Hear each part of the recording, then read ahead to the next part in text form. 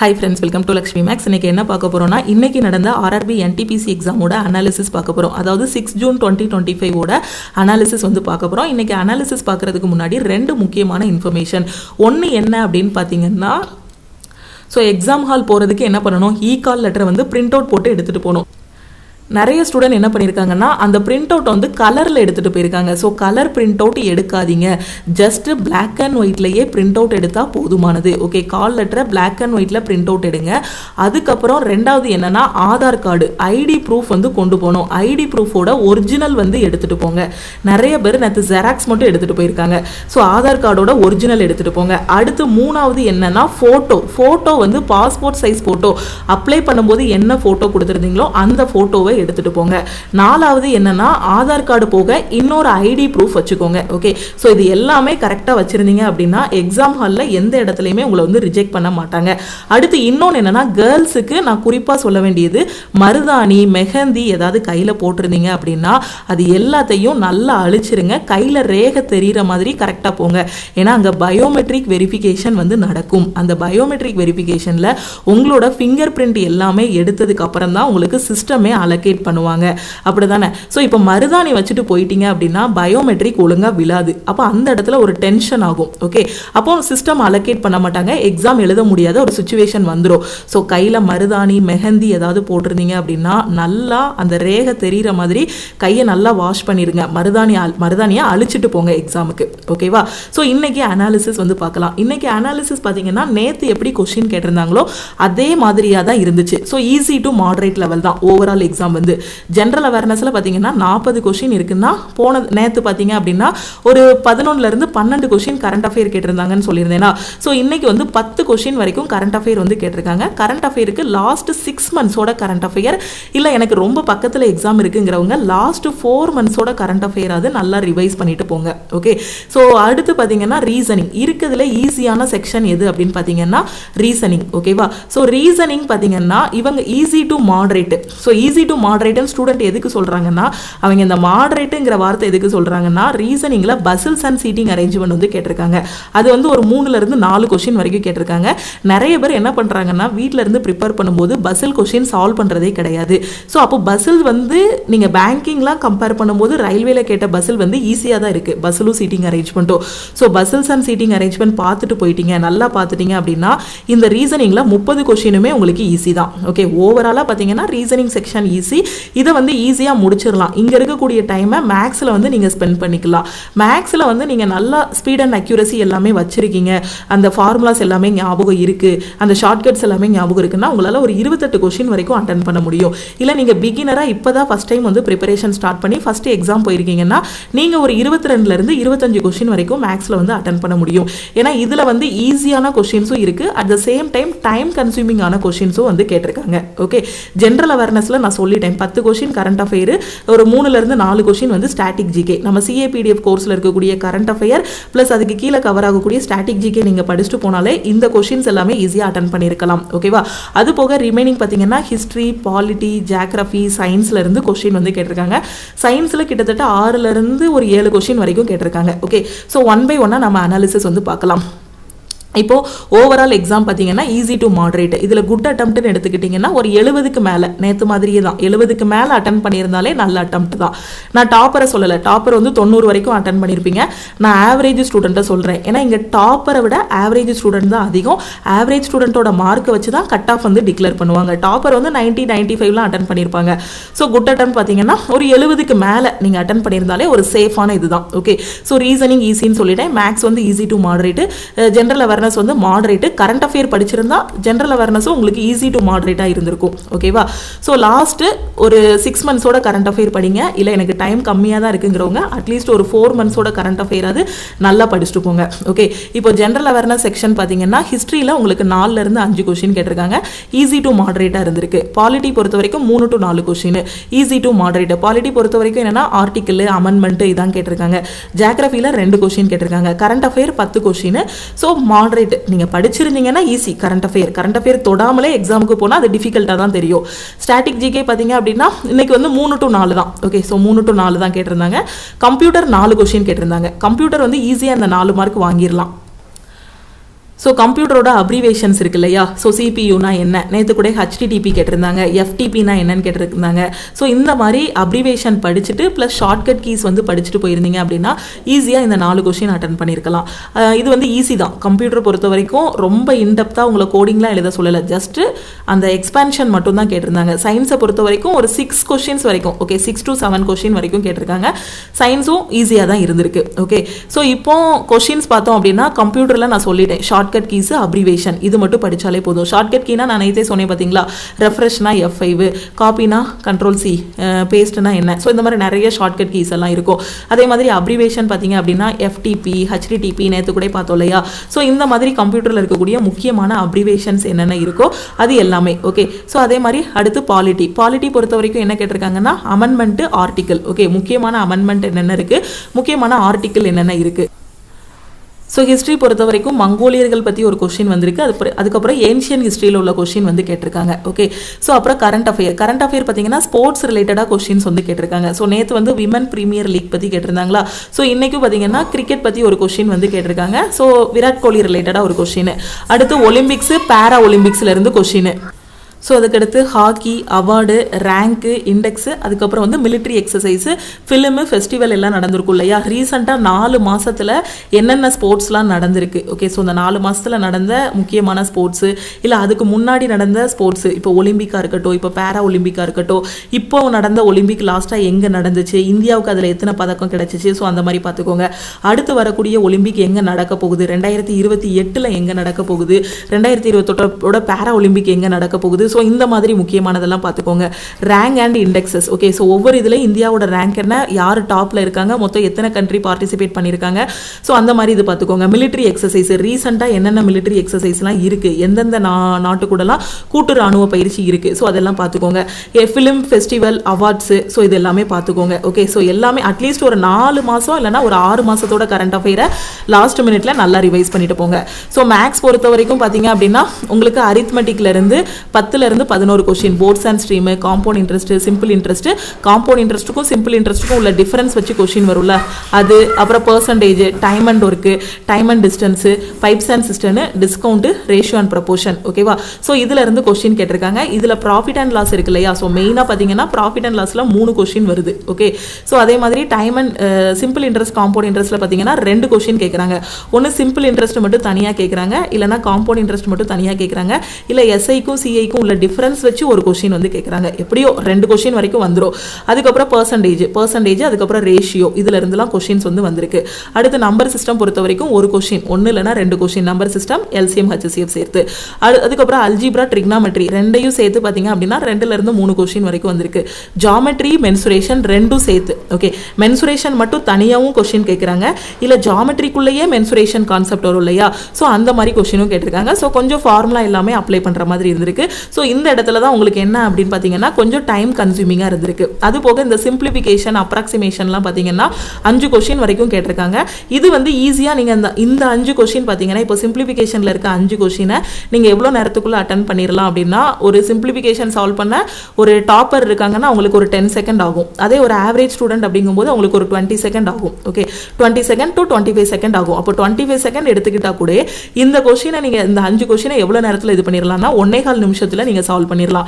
ஆனால் இதே 1.25 நிமிஷம் ஒரு மென்சுரேஷனும் ஜாமெட்ரியும் மிக்சடாக கேட்டிருக்காங்கன்னா ஒரு கொஸ்டினுக்கே இங்கே 2 நிமிஷம் ஆகிரும். அப்போ நீங்கள் என்ன பண்ணணும் அப்படின்னு பார்த்தீங்கன்னா ஃபர்ஸ்ட் ஈஸியான கொஸ்டின் அட்டன் பண்ணணும். ஃபர்ஸ்ட் எடுத்தது இப்போ மேக்ஸுக்குள்ளே போறீங்கன்னா இந்த சிம்பிளிஃபிகேஷன், அப்ராக்சிமேஷன் மினிமம் 1.25 நிமிஷம், மேக்ஸிமம் 2 நிமிஷத்துக்குள்ள இந்த 5 கொஸ்டினை முடிச்சிடலாம்.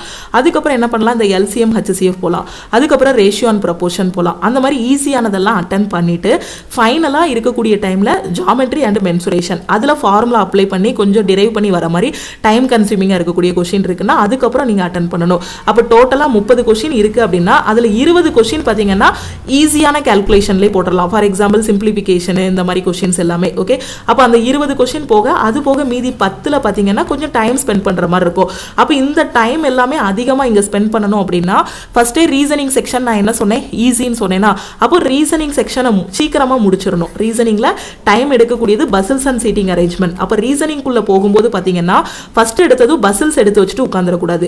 அப்போ அது என்ன பண்ணும், எல்லா நேரத்தையும் அதுவே இது பண்ணிடும். அப்படிதானே, எல்லா நேரமும் அதிலே போயிடும். அப்போ ரீசனிங் பசில்ஸ் அண்ட் சீட்டிங் அரேஞ்ச்மெண்ட்ல 4 கொஸ்டின் கேட்டிருப்பாங்க கண்டிப்பாக. பஸ்ஸில் 2, சீட்டிங் அரேஞ்ச்மெண்ட்ல 2 கேட்டு 4 இல்லைனா 5 கொஸ்டின் வரைக்கும் இருக்கும். அது போக இருக்கக்கூடிய 25 கொஸ்டின் ஈஸியாக தான் இருக்கும். அப்போ ஃபர்ஸ்ட் அந்த 25 ஃபோக்கஸ் பண்ணுங்க. அந்த 25 அடிச்சிட்டிங்கன்னா அதுக்கப்புறம் இதுக்கு வந்து மொத்தத்துக்கே ஒரு 2 நிமிஷம் டைம் கொடுத்து இதை முடிச்சிடலாம். அப்போ இங்கே சேவ் பண்ண டைம் எல்லாத்தையும் என்ன பண்ணிக்கலாம், இங்கே வந்து இந்த ஜாமெட்ரி மென்சுரேஷனுக்கு கொடுத்துடலாம். ஓகேவா? ஏன்னா 100 கொஸ்டினுமே உங்களுக்கு கஷ்டமாக கேட்கல, அதே மாதிரி 100 கொஸ்டினுமே ஈஸியாக கேட்கல. அப்போ ஈஸியானது எல்லாம் எடுத்துட்டு அங்கே உள்ள டைம் எல்லாத்தையும் சேவ் பண்ணிட்டு கஷ்டமான கொஸ்டின்லையோ டைம் கன்சியூமிங்கான கொஸ்டின்லையோ ஸ்பெண்ட் பண்ணும்போது மேக்ஸிமம் நம்பர் ஆஃப் கொஸ்டின் வந்து 100% அக்யூரசியில் போட்டுடலாம். ஓகே, இதுதான் ஸ்ட்ராட்டஜி. போறீங்க எக்ஸாம் ஹாலில், ஃபஸ்ட்டு எதெல்லாம் சீக்கிரமாக அட்டன் பண்ண முடியுமோ அந்த கொஸ்டின் எல்லாம் அட்டன் பண்ணுறீங்க. அந்த டைமை கொண்டு வந்து இந்த டைம் அதிகமாக எடுக்கிற இதில் வந்து இது பண்ணுறீங்க. ஓகே, ஸோ அந்த மாதிரி பிளான் பண்ணி அட்டன் பண்ணீங்கன்னா நீங்கள் பிகினராக இருந்தால் கூட உங்களால் 70க்கு மேலே அட்டன் பண்ண முடியும். இல்ல நான் ஒரு வருஷமா 1.5 வருஷமா 2-3 வருஷமா நான் ப்ரிப்பேர் பண்ணிட்டு இருக்கேங்கிற ஸ்டூடெண்டால 80+ உங்களால அட்டன் பண்ண முடியும். ஓகேவா? ஸோ கரெக்டான பிளான் பண்ணிக்கோங்க. போன ஷிஃப்ட்ல என்னென்ன தப்புலாம் பண்ணாங்களோ அந்த தப்பெல்லாம் இப்போ நீங்க கரெக்ட் பண்ணிக்கோங்க. Puzzles and seating arrangement reasoning பொறுத்த வரைக்கும் ஈஸி தான். பசிலும் சீட்டிங் அரேஞ்ச்மெண்ட்டும் கொஞ்சம் நல்லா ப்ரிப்பேர் பண்ணிட்டீங்கன்னா ரொம்ப ஈஸி. ஓகே, இதுல 4 இருந்து 5 கொஸ்டின் வரைக்கும் நம்ம இது பண்ணலாம். மேத்தமெட்டிக்கல் ஆபரேஷன் கேட்டிருக்காங்க. மேத்தமெட்டிக்கல் ஆபரேஷன்ங்கிறது ஈஸி தான். இதுல 2 விதமான டைப் உண்டு. ரெண்டுமே பார்த்துட்டு போங்க. ஒன்று வந்து என்ன அப்படின்னா இன்இக்வாலிட்டின்னு சொல்லுவாங்க. அதுக்கு A greater than or equal to B, less than or equal to C, less than D. இந்த மாதிரி நாம யூடியூப்லையும் டிஸ்கஸ் பண்ணியிருக்கோம், ஆல் இன் ஒன் கோர்ஸ்லையும் டிஸ்கஸ் பண்ணியிருக்கோம். இந்த மாதிரி கொடுத்துட்டு ஏக்கும் சிக்கும் ரிலேஷன் என்ன, ஏக்கும் டிக்கும் ரிலேஷன் என்னன்னு கேட்பாங்க. ஸோ இந்த டைப் ஒன்று இருக்கு. இன்னொன்று என்ன அப்படின்னு பார்த்தீங்கன்னா 12 + 13 + 25 கிராஸ் 5 இந்த மாதிரி கொடுத்துருப்பாங்க.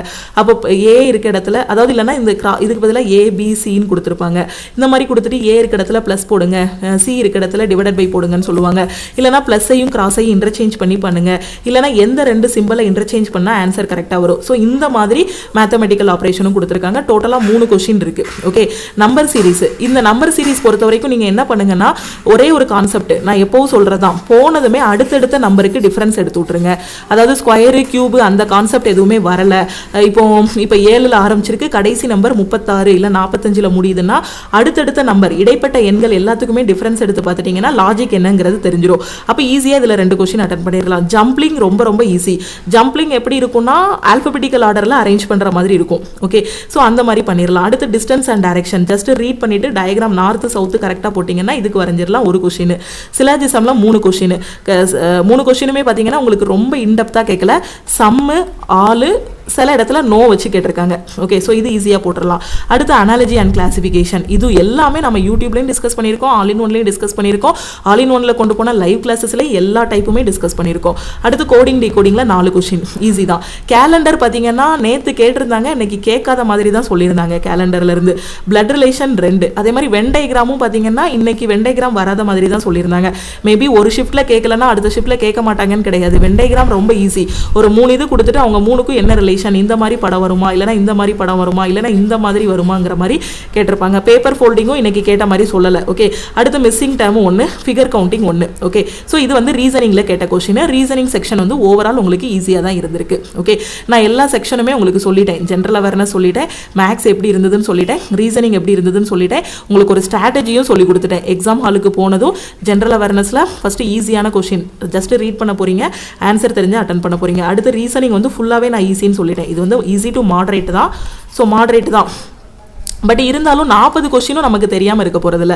ஸோ தெரிஞ்ச கொஸ்டின் எல்லாம் ஃபஸ்ட்டு ஜிகேல அட்டன் பண்ணுங்க. அடுத்து ரீசனிங்கில் எல்லாமே ஈஸின்னு சொல்லிட்டேன். பசில்ஸ் அண்ட் சீட்டிங் அரேஞ்ச்மெண்ட் நீங்கள் ப்ராக்டிஸ் பண்ணியிருந்தா ஓவராலாக எல்லாமே ஈஸி.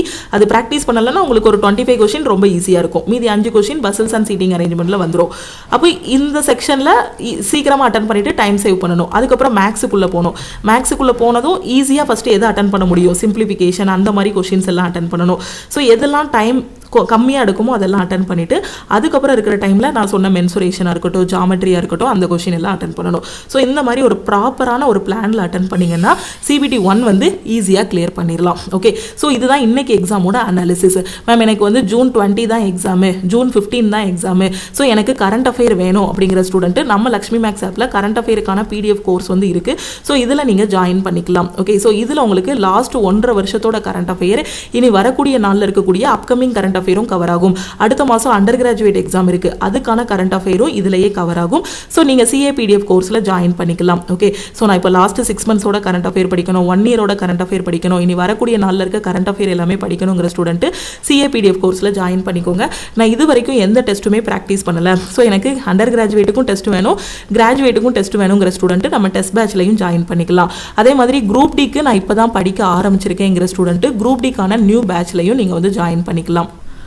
ஸோ இப்போ கரண்ட் அஃபேருக்கான PDF கோர்ஸில் ஜாயின் பண்ணக்கூடிய ஸ்டூடெண்ட்டு இந்த நம்பரை உங்கள் ஃபோனில் லக்ஷ்மி மேக்ஸ்ன்னு சேவ் பண்ணிக்கோங்க. ஓகே, லாஸ்ட் 6 மந்த்ஸோட கரண்ட் அஃபேர் வேணும், எனக்கு எப்படி படிக்கணுங்கிற தெரியலங்கிற ஸ்டூடெண்ட்டு நம்ம CAPDF கோர்ஸில் ஜாயின் பண்ணிக்கோங்க. லக்ஷ்மி மேக்ஸ்ன்னு சேவ் பண்ணிவிட்டு இந்த நம்பருக்கு I want CAPDFன்னு மெசேஜ் பண்ணுங்கள். நீங்கள் மெசேஜ் பண்ணதும் டீமில் இருந்து காண்டாக்ட் பண்ணிவிட்டு ஜிபே நம்பர் இல்லை அக்கௌண்ட் நம்பர் கொடுப்பாங்க.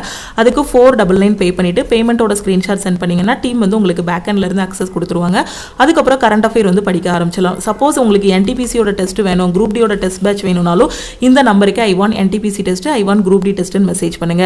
இப்போ குரூப் டியோட நியூ பேட்ச் வந்து ஸ்டார்ட் பண்ணியிருக்கோம். ஓகே, குரூப் டி எக்ஸாம் நம்ம இப்போ எக்ஸ்பெக்ட் பண்ணலாம் அப்படின்னு பார்த்தீங்கன்னா செப்டம்பர் ஆர் அக்டோபரில் குரூப் டி எக்ஸாம் வந்து எக்ஸ்பெக்ட் பண்ணலாம். ஓகே, ஸோ இப்போ இருந்து உங்களோட ப்ரிப்பரேஷன் ஸ்டார்ட் பண்ணுங்க. 100 days வந்து டைம் இருக்கு.